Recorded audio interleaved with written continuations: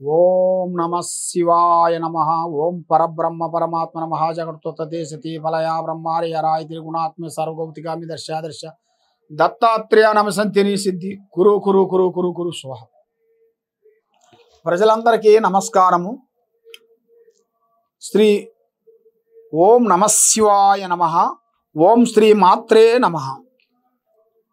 మరి చాలామందికి చాలా సందేహాలు.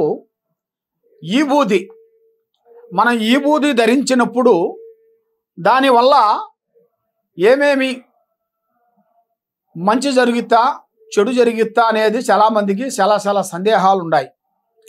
కాబట్టి ఈబూది పెట్టుకున్న దానివల్ల ఏమేమి మంచి జరుగుతాయి, ఏమేమి చెడు జరుగుతాయి అనేది చాలామందికి సందేహాలు ఉన్నాయి. కాబట్టి ఈబూది అంటే భగవంతుడు మనకి అనుకూలమైనది, భగవంతుడు అనేది మనకి అనుగ్రహంగా కలిగించేది ఈబూది. ఆ ఈబూది మనం ధరించినప్పుడు మన ముఖములో అనేది ఒక కళ తేజస్ అనేది వస్తుంది. ఆ ఈబూది ధరించిన దాని వలన ఎదుటి వాళ్ళు మన ముఖము చూసిన వాళ్ళు కొంచెం చల్లబడతారు. కోప్పడే వాళ్ళు కూడా కొంచెం ఆలోచిస్తారు. ఎందువల్ల అంటే భగవంతుడు భక్తుడు కాబట్టి మరి గబాన ఒక మాట అనుకోకుండా కొంచెం ఆలోచించి మాట్లాడతారు. దాంతోపాటు అది మనం ఈబూది ధరించుకున్న దాని వలన మనకున్న ప్రయోజనం ఏమిటంటే ఆ పవర్ అనేది మనకి ఆటోమేటిక్గా వచ్చేస్తుంటుంది. ఆ ఈబూది ధరించుకున్న దాని వలన మన ఒంట్లో కానీ మన బాడీలో కానీ ఒక శక్తి లాంటిది అనేది మనకు వచ్చేస్తుంది. మన తల మీద రాసుకున్నప్పుడు మనకి ఆటోమేటిక్గా తలలో ఉండాల్సిన భారం పోతుంది. తలలో ఉండాల్సిన ఒక శక్తి అనేది మనకి తెలియకోకుండా అనుకోకుండా మన ఒంటిలో మన బాడీలో ఒక శక్తి లాంటిది అనేది ఒకటి ఏర్పడుతుంటుంది. కాబట్టి అది శక్తి ఏర్పడిన దాని వలన మన బాడీకి కానీ మన హెల్త్కి కానీ దానివల్ల మనకి చెడు అనేది మన దగ్గరికి రాదు. చెడు రాకోకుండా కొంచెం దూరం అయిపోతుంది. కాబట్టి ఈ ఈబూది అంటే భస్మం. మరి ఆ భస్మం అంటే అది మామూలు భస్మం కాదు. మరి ఆ భస్మానికి ఎన్నో జాగ్రత్తతో చేసి వాళ్ళు మనకు పంపిస్తుంటారు. ఆ భస్మాన్ని మనం ధరించినప్పుడు మనకి చెడు అనేది మనకి తగలకోకుండా, చెడు గాలి మన దగ్గర రాకోకుండా దగ్గరకు వచ్చి దూరం అయిపోతుంటుంది.